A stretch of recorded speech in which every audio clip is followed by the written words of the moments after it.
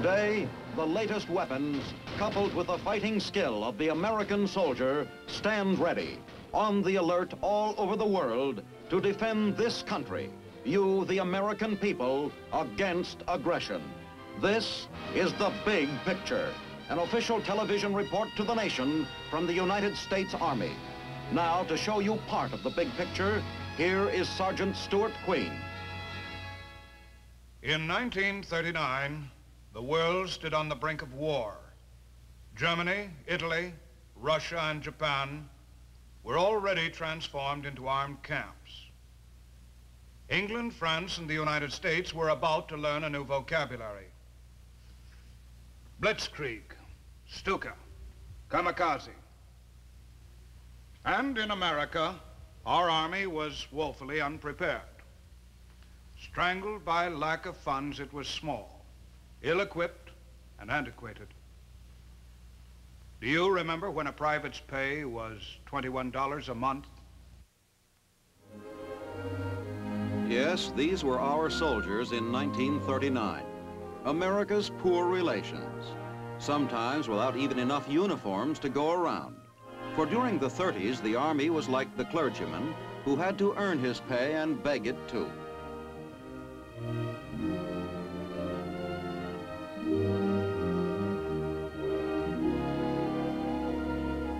There was no money available to replace World War I type clothing and equipment. The old overseas cap, the bolt-action Springfield rifle. Many Americans just didn't care. I don't want my son in the Army. European wars don't mean nothing to me.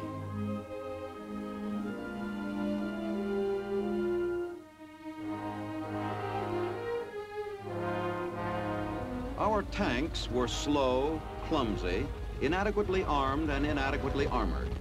While newer tanks had already been tested and approved, there were no funds with which to put them into production.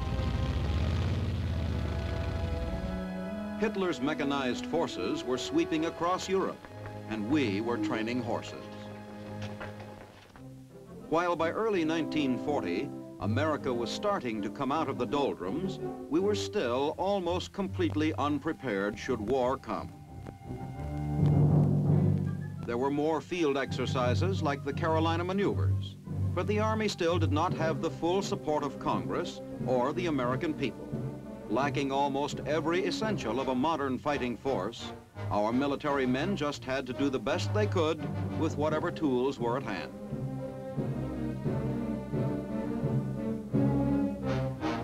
Old equipment was kept in repair and made to run.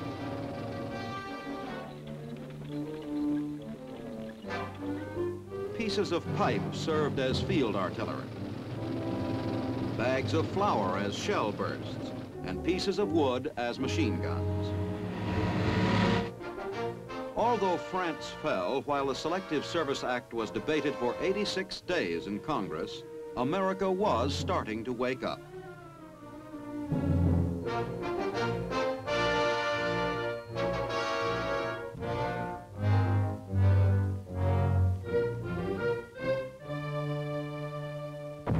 But the real awakening did not come until Pearl Harbor.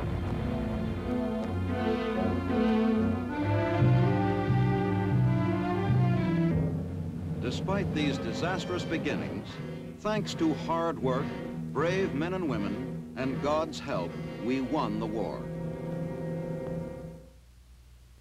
America is determined never to be caught short again. In today's big picture, we are going to show you first some of the very latest developments in military equipment.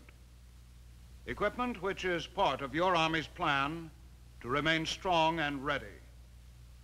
You are going to see planes that fly without pilots, machines that can see in the dark, and many of the other miracles which are being performed at the Army Electronic Proving Grounds in Huachuca, Arizona. In the heart of the great Southwest lies Fort Huachuca, one of the most modern of all the Army's installations.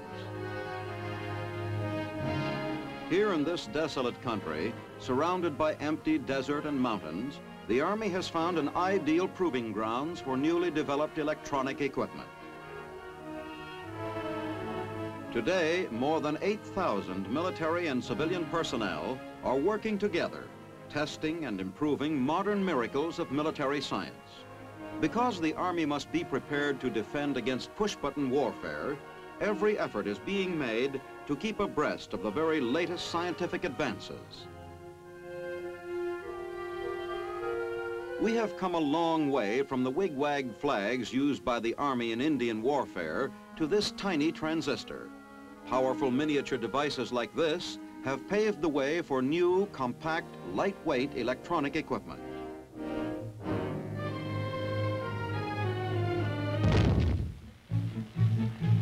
There she goes, the new pilotless plane, the drone. Here's a closer look at this amazing reconnaissance robot recently tested at Fort Huachuca. Called the drone, it is designed to carry photographic equipment or a TV camera. Only 15 feet long, the radio-controlled drone reaches a speed of 220 miles an hour within seconds of takeoff.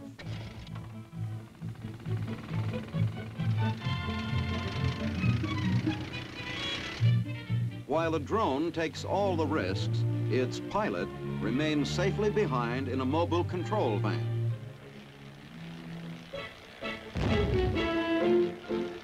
Not only does the drone save lives, but it is inexpensive, easy to transport and set up, and capable of flying in any weather. Military observer teams watch as an RP-71 drone conducts a simulated photo reconnaissance mission, and this is what the drone sees. A clear picture like this would quickly reveal any enemy vehicles or troops.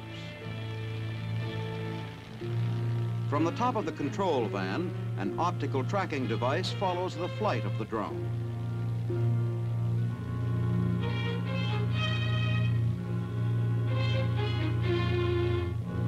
At the same time, radar is also used, thus enabling the drone's operator to know and chart its location at all times. Its mission completed, the pilotless plane turns for home. When the drone has returned to its launching site, its engine is cut off and a parachute inside released. The photos taken by this drone were developed less than an hour after the original launching. A dramatic demonstration of military science in action at Fort Huachuca. Some photo missions require a human observer. Light aviation is the Army's answer to this problem, and every day a special test mission is flown. These daily flights begin when the aerial photo interpretation officer first receives a request for reconnaissance. For these tests, a special camera is used. Effective anywhere from 500 to 10,000 feet, it records what it sees on a 9-inch by 9-inch negative. Meanwhile, the pilot and his photographer are briefed on their objective. They are shown what areas must be covered and given the correct altitude at which to fly. Should this be a night flight, the L-19 light plane would be equipped with infrared photographic material.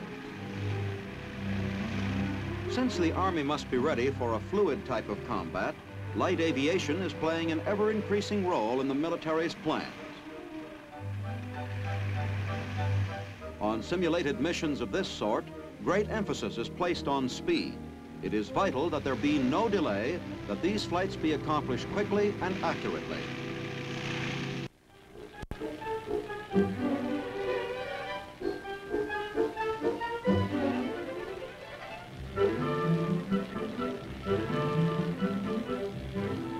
These young pilots are very skillful, for the name Huachuca means windy mountain, and the up and down drafts found in the area make this tricky flying indeed.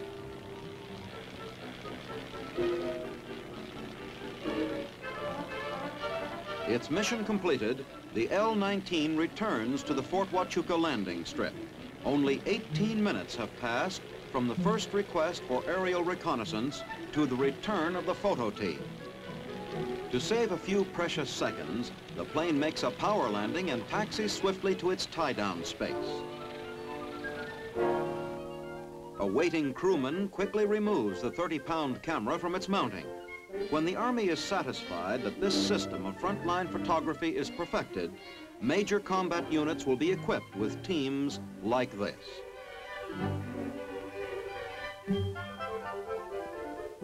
The film is rushed to a mobile laboratory, which is only a few yards from the airfield. In this portable darkroom, the prints are quickly developed. The finished photographs, still wet from the developer, are then hurried to the tent of the aerial photo interpreter, where they will be closely studied and analyzed. In this particular mission, only 32 minutes elapsed from the original phone call asking for aerial reconnaissance to the delivery of the finished prints. These daily flights enable the Army to study its system under all conditions, and also to train the men of the photo teams. In the Signal Communications Department, other experiments are being made. Remember the old walkie-talkie of World War II? Well, this is the way it has shrunk in less than 12 years.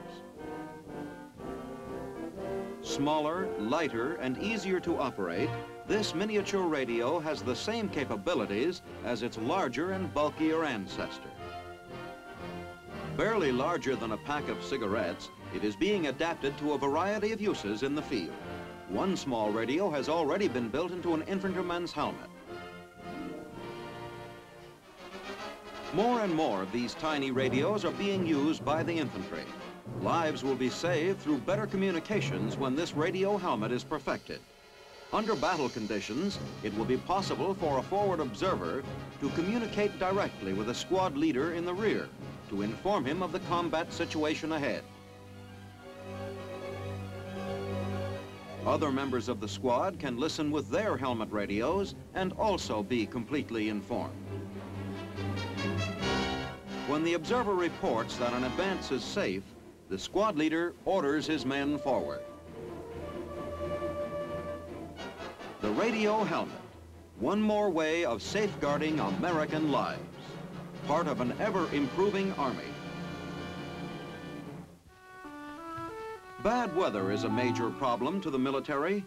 The Fort Huachuca Aviation Department is now experimenting with a new method of all-weather flight control. Here, a miracle is truly being wrought. The ATCAN, a system of seeing in the dark. For with this new radar guidance device, aircraft will be able to fly under almost any weather conditions. ATCAN consists of rows of radar beacons placed below designated air channels. A pilot, receiving radar signals from the beacons, can find his way safely above them even in poor visibility. For many months, Fort Huachuca pilots have been conducting test flights with ATCAN under the supervision of aviation specialists. Each day, a flight is made from the local airfield to a forward landing strip on the other side of the mountains. Although these trips have become routine, they are not without an element of danger. To complete the illusion of a combat mission, the planes are loaded with supplies for the forward field. It is a 40-mile flight over jagged mountains to the dirt runway at the Kinsey landing strip. This specially equipped L-20 Beaver is a rugged, heavy-duty plane which carries far more technical apparatus than its civilian counterparts.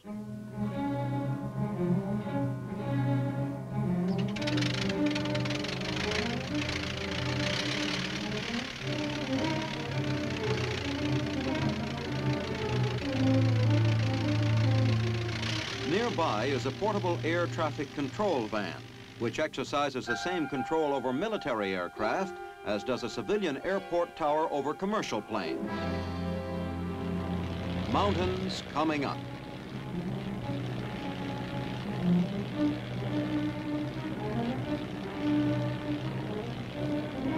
Atcan, which has a number of uses, is employed in good weather as well as bad, but it is primarily a foul weather aid. One sign of poor conditions ahead is when a plane starts to bounce while still in the clear.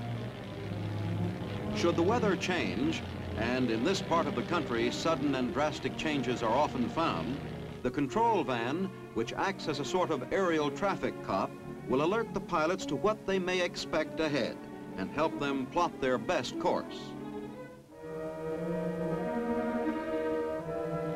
It is when a plane lurches into heavy going and the visibility diminishes to close to zero that the pilots rely most on the radar beacons below them. Meanwhile, the air traffic van keeps in touch with the plane until it has cleared the mountains and left the bad weather behind. The L-20 Beaver then lands safely at the Kinsey Field airstrip.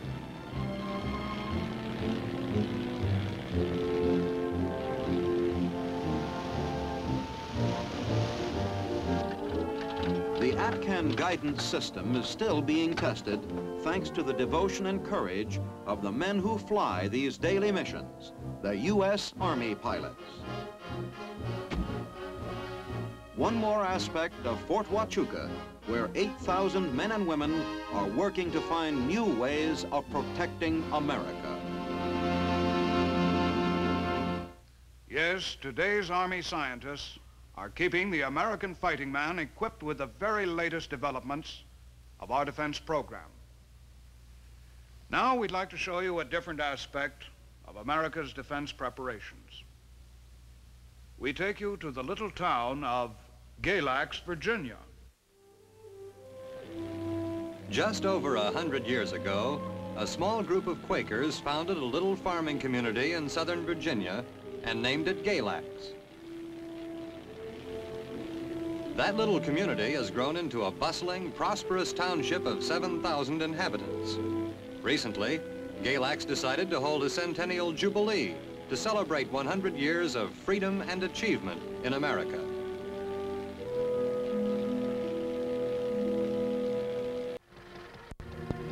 During the preparations for this celebration, 2 representatives of the Virginia Military District arrived in Galax. They went directly to the offices of the Chamber of Commerce. Captain Miles Pondolesic and Master Sergeant Lacey Burns explained the purpose of their visit: to explore the possibility of forming an Army Reserve training company in Galax. Miles Morgan, manager of the Chamber of Commerce, was interested in their suggestion. At the weekly luncheon meeting of the Chamber of Commerce, he brought the matter up. Not only did the other members approve the suggestion, but they volunteered to help and formed a committee to assist in the project.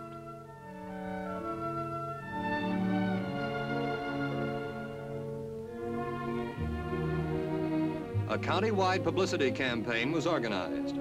Free radio time was made available. The Galax Gazette ran a front-page story and provided free advertisements. Posters were printed and widely displayed. Captain Pondolesic spoke to local civic organizations. And as the drive for the reserve company gathered momentum, a recruiting booth was set up on the town's main street.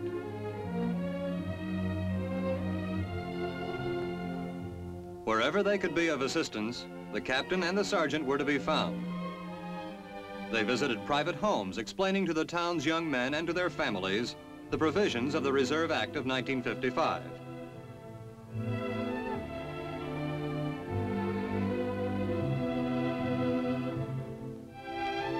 They answered questions, outlining the obligations and benefits of reserve membership. Sometimes the most searching questions came from the boys themselves. And many came to join.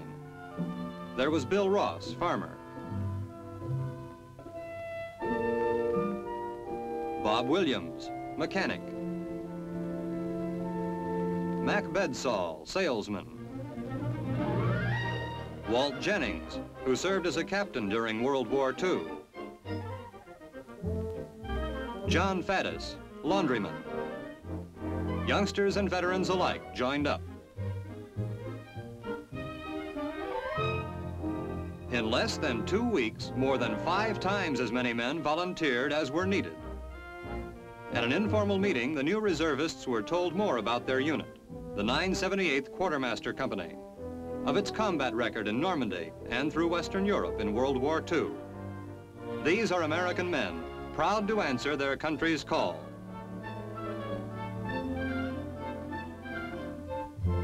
During the next few days, the men were processed. Questionnaires had to be answered, Army physicals taken, and the men fingerprinted, of course. From the nearby Quartermaster Depot came uniforms and equipment. A full allotment for each man was issued. The Chamber of Commerce offices were overflowing.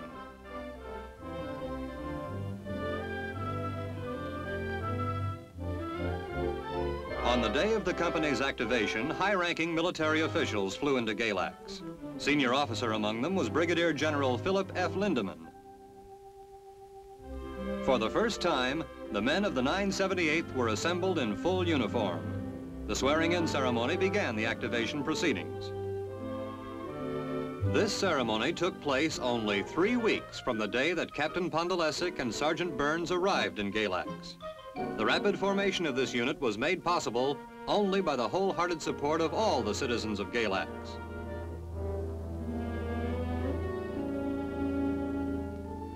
General Lindemann congratulated the men and the town on behalf of President Eisenhower and the Department of the Army. He paid tribute to Galax as a model community, ready and willing to stand behind its country and its government.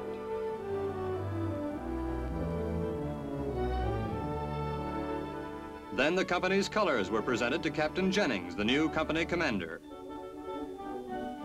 The following day, the men were called together for their first official military function, to march in the Centennial Parade.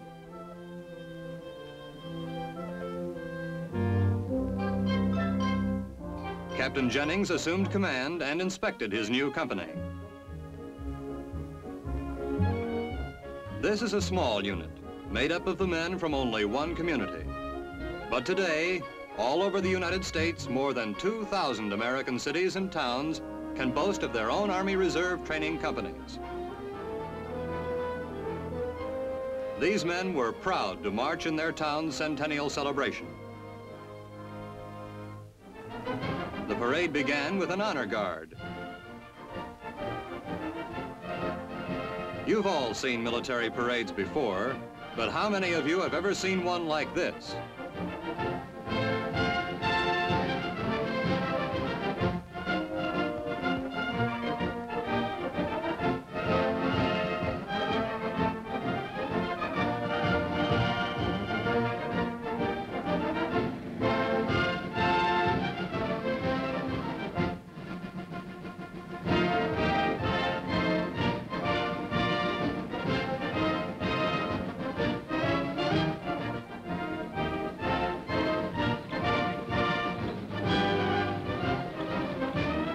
For this Centennial Jubilee, clothing appeared from attics and trunks. Some of these garments were actually worn by the original founders of Galax.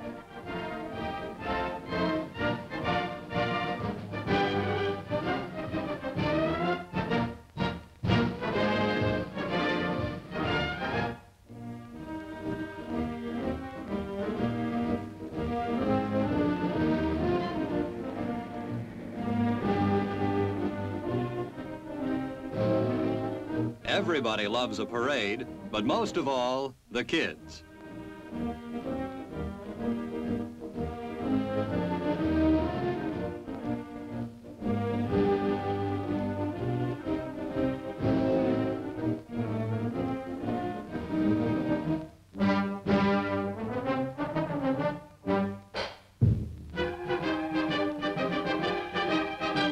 For Galax, this was Mardi Gras, Circus Day, and the 4th of July all rolled into one.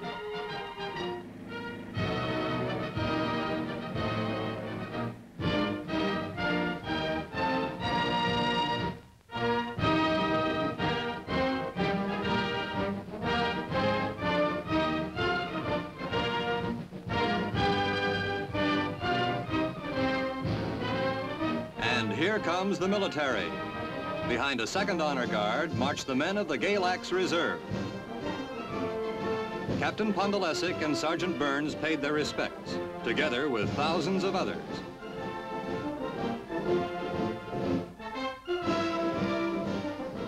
It is the determination of men like these that will keep American democracy safe, for they know that freedom is everybody's business. The men at Galax and the scientists at Fort Huachuca are all part of one great team. Your Army, dedicated to preserving peace through strength, working to keep America truly the arsenal of democracy. Now, this is Sergeant Stuart Queen, inviting you to be with us again next week for another look at your Army in action on The Big Picture. The Big Picture is a weekly television report to the nation on the activities of the Army at home and overseas. Produced by the Army Pictorial Center, presented by the United States Army in cooperation with this station. You too can be an important part of the Big Picture. You can proudly serve with the best equipped, the best trained, the best fighting team in the world today, the United States Army.